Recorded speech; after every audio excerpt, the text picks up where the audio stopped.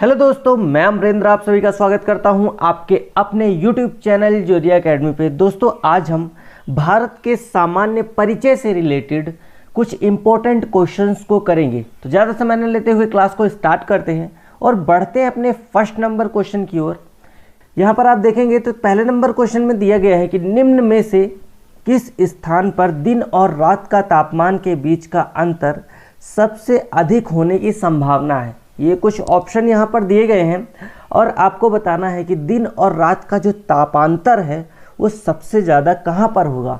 क्या चिल्का झील के आसपास, माउंट एवरेस्ट के पास, या थार रेगिस्तान के पास, या फिर अंडमान और निकोबार द्वीप समूह के पास।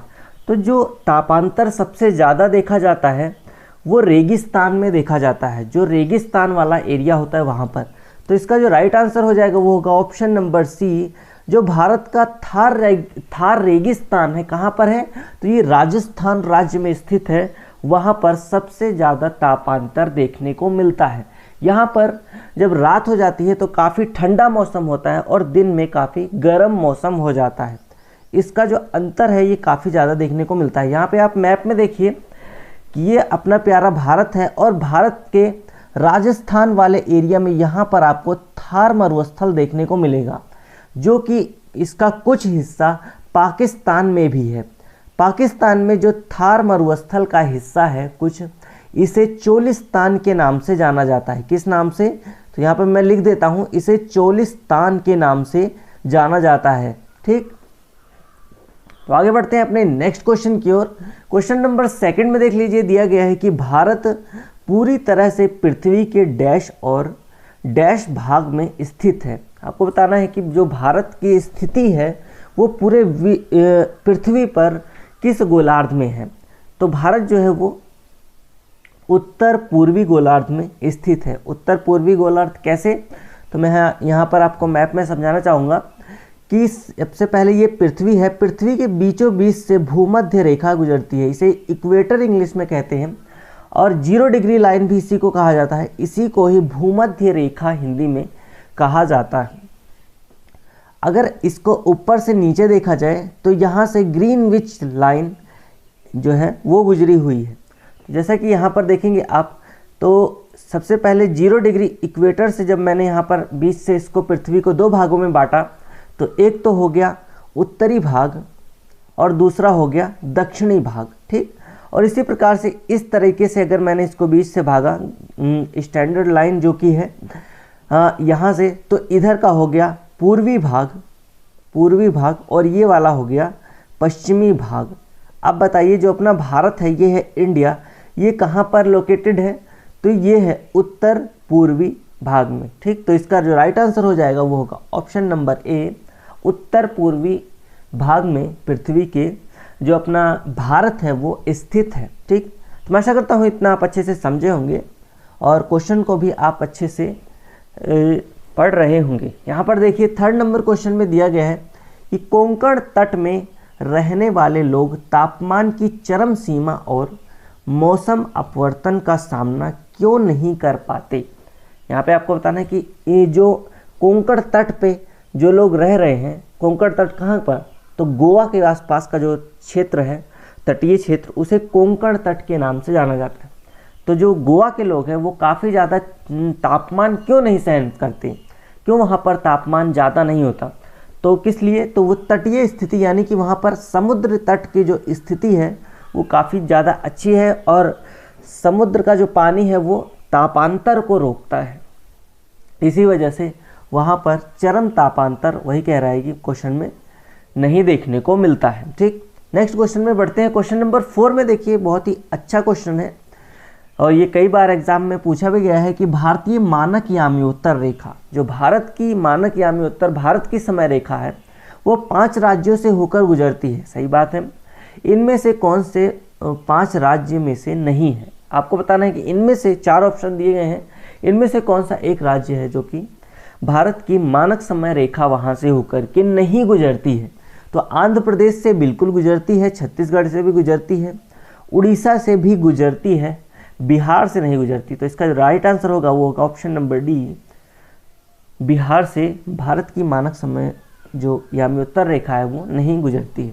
एक बार मैं आपको बताना चाहूँगा मैप के द्वारा कि कहाँ कहाँ से कौन कौन से राज्यों से भारत की मानक समय याम्योत्तर रेखा यानी कि भारत की मानक रेखा समय रेखा वो गुजरती है।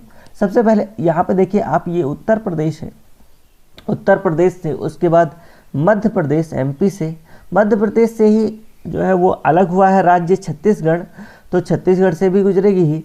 उसके बाद आता है उड़ीसा और लास्ट में है यहाँ पर आंध्र प्रदेश में, एपी के नाम से लिख देता हूँ। तो यहाँ पे आप देखिए उत्तर प्रदेश, मध्य प्रदेश, छत्तीसगढ़, उड़ीसा और आंध्र प्रदेश, ये 5 राज्य हैं भारत के जहाँ से भारत की समय रेखा होकर के गुजरती है। ठीक, और एग्जैक्ट अगर पूछ लिया जाए तो यहाँ पर उत्तर प्रदेश के नैनी जो है स्थान इलाहाबाद में, वहाँ से भारत की मानक समय रेखा होकर के गुजरती है। ठीक, मैं आशा करता हूँ इतना आप अच्छे समझे होंगे। नेक्स्ट क्वेश्चन देखिए, 5th नंबर क्वेश्चन, काफ़ी इंपॉर्टेंट क्वेश्चन है कि लक्षद्वीप समूह और अंडमान निकोबार द्वीप समूह के समुद्र तट सहित भारत की समुद्र तट की लगभग कुल लंबाई कितना है। अगर इंडिया के मैप को, इंडिया का जैसे ये मैप है, अगर देखिए यहाँ पर थोड़ा सा सही से नहीं बन पाया उतना, इंडिया के जो ये तट रेखाएं हैं इसको, और ऊपर की तट रेखा इसे भी, और साथ ही साथ यहाँ पर जो अंडमान निकोबार है और लक्षद्वीप समूह है, इनकी भी तट रेखा को ऐड कर लिया जाए तो भारत की कुल लंबाई कितनी है वो पूछ रहा है इस क्वेश्चन में। तो इसका जो राइट आंसर होगा वो होगा ऑप्शन नंबर डी, 7516 किलोमीटर जो है वो भारत की कुल लंबाई हो जाएगी। तो अब यहाँ से आगे बढ़ते हैं नेक्स्ट नंबर क्वेश्चन की ओर। क्वेश्चन नंबर 6 में देखिए आप दिया गया है कि भारत की मुख्य भूमि का अक्षांश डैश फैला हुआ है। क्या 8 डिग्री 4 मिनट उत्तर और 37 डिग्री 6 उत्तर के बीच में, क्या 8 डिग्री 4 मिनट पश्चिम और 37 डिग्री 6 मिनट पश्चिम के बीच में। तो जैसे कि मैंने बताया आपको कि जो भारत है वो कहाँ पर लोकेटेड है, तो भारत की जो स्थिति है वो उत्तर में है, पृथ्वी के उत्तर में, इसलिए 8 डिग्री 4 मिनट उत्तर से लेकर के और 37 डिग्री 6 मिनट उत्तर के बीच में जो भारत की अक्षांश रेखाएं हैं वो स्थित होंगी। ठीक, आगे बढ़ते हैं नेक्स्ट नंबर क्वेश्चन की ओर। क्वेश्चन नंबर 7 में देखिए आप दिया गया होगा यहाँ पर, ये भारत के राज्यों का निम्नलिखित में से कौन सा एक युग्म सबसे पूर्व और सबसे पश्चिम राज्य को इंगित करता है। आपको बताना है कि जो भारत के राज्य हैं उनमें से सबसे पूर्व में कौन सा है और सबसे पश्चिम में कौन सा राज्य लोकेटेड है। तो यहाँ पे आप देखिए सबसे पूर्व की अगर मैं बात करूँ तो अरुणाचल प्रदेश आ जाता है और सबसे पश्चिम में गुजरात राज्य है।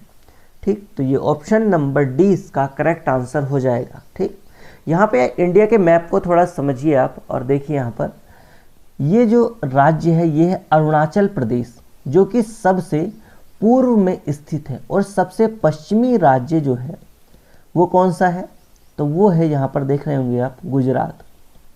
ठीक, सबसे उत्तरी राज्य कौन सा है, सबसे उत्तरी राज्य पहले जम्मू कश्मीर हुआ करता था, लेकिन अब जम्मू कश्मीर एक केंद्र शासित प्रदेश यानी कि यूनियन टेरिटरी बन गया है, इसलिए सबसे उत्तरी राज्य तो ये होगा नहीं, तो सबसे उत्तरी राज्य होगा हिमाचल प्रदेश।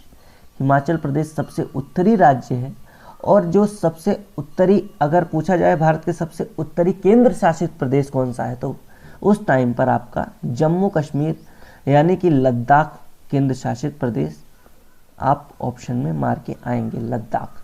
ठीक, और सबसे दक्षिणी राज्य कौन सा है, सबसे दक्षिण में है, मैं थोड़ा सा यहाँ पर कलर को चेंज करूँगा, यहाँ पर सबसे जो दक्षिणी राज्य है वो है तमिलनाडु।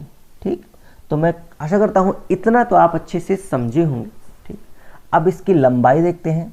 सबसे पूर्व से सबसे पश्चिम में गुजरात से लेकर के यानी कि अरुणाचल प्रदेश तक इसकी जो लंबाई हो जाती है वो होती है 2933 किलोमीटर। ठीक, 2933 किलोमीटर इसकी लंबाई हो जाती है। फिर से एक बार कलर को चेंज ही करना पड़ेगा, 2933 किलोमीटर। और देखा जाए उत्तर से दक्षिण की ओर जो लंबाई है वो है 3214 किलोमीटर। ठीक, मैं आशा करता हूँ इतना आप अच्छे से समझे होंगे। इसको आप अच्छे से अपनी कॉपी में नोट डाउन करिए, क्योंकि ये कई बार एग्जाम में पूछा गया है, इम्पोर्टेंट क्वेश्चन है। नेक्स्ट देखिए 8 नंबर क्वेश्चन में दिया गया है कि भारत अपनी अंतर्राष्ट्रीय सीमा सबसे कम किस देश से साझा करता है। सबसे जो कम है वो अफगानिस्तान से महज 106 किलोमीटर की सीमा साझा करता है। ठीक, यहाँ पर आप मैप में देख सकते हैं कि भारत यहाँ पर है और ये जो ग्रीन कलर में है ये है अफगानिस्तान, और ये जो लद्दाख के पीओके वाले क्षेत्र में जो ये सीमा लग रही है इसी को ही आप डूरंट लाइन या फिर यहाँ पर देखिए इसे 106 किलोमीटर की सीमा यही है। और सबसे अधिक बांग्लादेश के साथ लगती है। बांग्लादेश के साथ कितना 6096 किलोमीटर। ठीक, सबसे अधिक बांग्लादेश के साथ और सबसे कम किसके साथ, अफगानिस्तान के साथ। ठीक, तो आशा करता हूँ इतना आप अच्छे से समझे होंगे। नेक्स्ट क्वेश्चन देखिए, क्वेश्चन नंबर 9 में दिया गया है कि डैश भारतीय भूमि को लगभग 2 बराबर हिस्सों में विभाजित करता है। तो भारत की जो भूमि है उसे बराबर 2 भागों में बांटती है कर्क रेखा। यहाँ पे ऑप्शन नंबर 20 का राइट आंसर होगा। कर्क रेखा जो होती है ये भारत के 8 राज्यों से होकर गुजरती है। यहाँ पे मैं आपको बताना चाहूँगा कि भारत के 8 राज्यों से कर्क रेखा होकर के गुजरती है। वे राज्य यहाँ से, और वो कौन कौन से राज्य हैं, वे राज्य हैं सबसे पहले गुजरात, उसके बाद आता है राजस्थान, नेक्स्ट है मध्य प्रदेश, छत्तीसगढ़, उसके बाद यहाँ पर ये देख रहे होंगे ये राज्य है झारखंड, पश्चिम बंगाल, वेस्ट बंगाल, और देन त्रिपुरा, और उसके बाद आता है मिजोरम। कौन सा राज्य, मिजोरम। ठीक, तो ये 8 राज्य हो गए। एक बार लाइन से देखिए कहाँ आ गए हम लोग,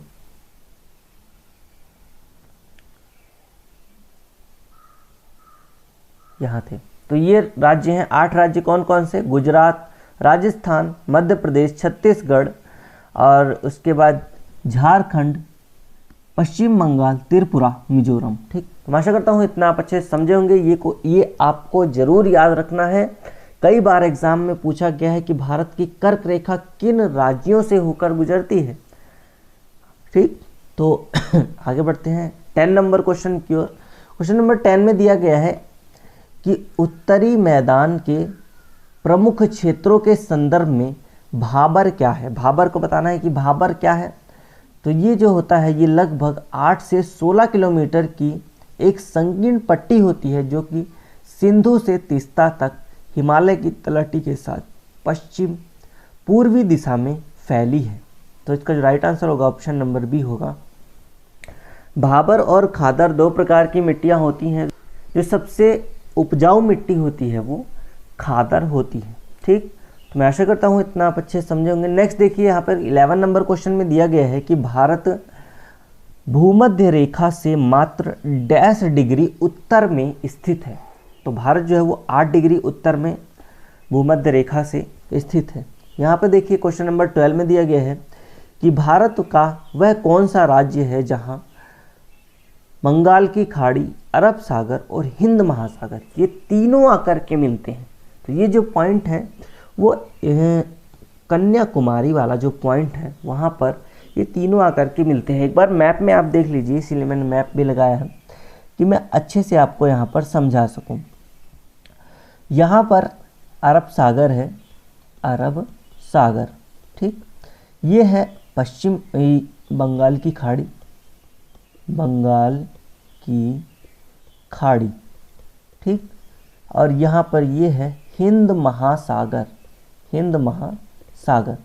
अब ये तीनों जो सागर हैं वो यहाँ पर जो कन्याकुमारी वाला बिंदु है यहाँ पर ये तीनों सागर मिलते हैं। देखिए आप यहाँ से पश्चिम बंगाल का भी, यहाँ से बंगाल की खाड़ी का भी पानी मिलेगा, अरब सागर का भी, और हिंद महासागर का तो यहाँ पर है।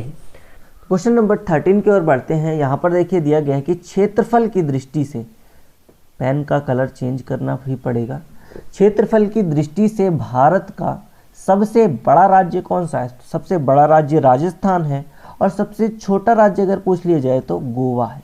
ठीक, क्वेश्चन नंबर यहाँ पर देखिए राजस्थान कहाँ पर लोकेटेड है, तो ये है राजस्थान। और जो गोवा है वो यहाँ पर है, ये सबसे छोटा राज्य है। जनसंख्या की दृष्टि से भारत का सबसे छोटा राज्य सिक्किम है, यहाँ पर है सिक्किम।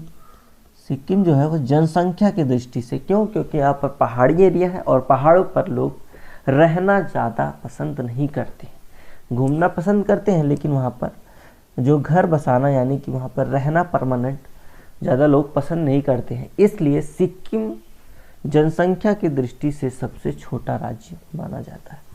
क्वेश्चन नंबर 14 में देखिए दिया गया है कि भारत का कौन सा राज्य अधिकतम राज्य सीमाओं को छूता है, तो ये होगा आपका उत्तर प्रदेश अपना प्यारा, जो कि 8 राज्य और 1 केंद्र शासित प्रदेश और 1 अंतर्राष्ट्रीय यानी कि देश से अपनी सीमा साझा करता है। ठीक, क्वेश्चन नंबर 15 देखिए दिया गया है कि निम्नलिखित में से किस देश के साथ भारत की अंतर्राष्ट्रीय सीमा नहीं लगती है।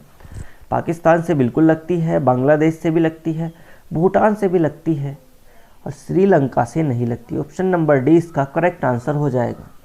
यहाँ पर देख सकते हैं आप मैप में अफगानिस्तान पाकिस्तान के साथ, अफगानिस्तान के साथ बिल्कुल टच होती है, 106 किलोमीटर की सीमा नेपाल के साथ लगती है, उत्तर प्रदेश और बिहार राज्य यहाँ से टच होते हैं। उसके बाद देखेंगे आप भूटान से भी लगती है, म्यांमार से भी लग रही है, लेकिन जो श्रीलंका से है यहाँ पर जो भारत की समुद्री रेखा है वो लगती है, यहाँ की भारत की सीमा लगती है।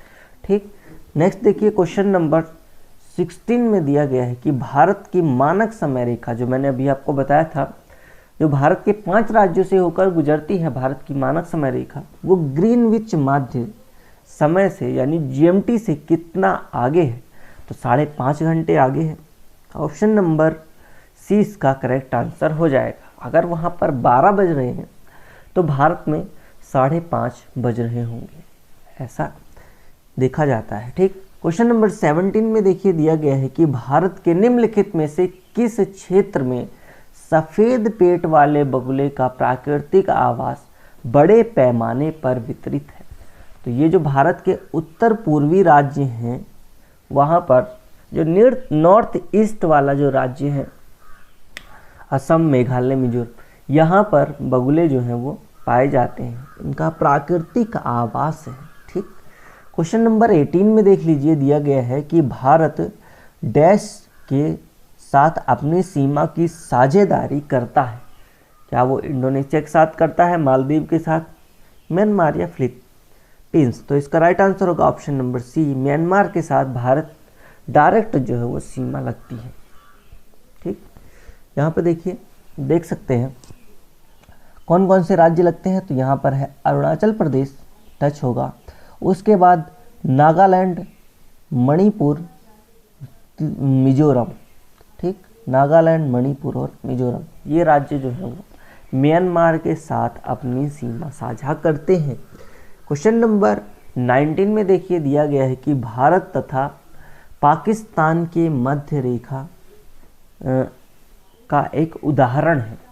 तो जो भारत और पाकिस्तान के बीच जो सीमा रेखा है उसे रेड क्लिफ लाइन के नाम से जाना जाता है, लेकिन अगर यहाँ पर इस ऑप्शन के हिसाब से देखा जाए तो इसका राइट आंसर होगा ऑप्शन नंबर सी, अवशिष्ट सीमा रेखा इसे कहा जाता है।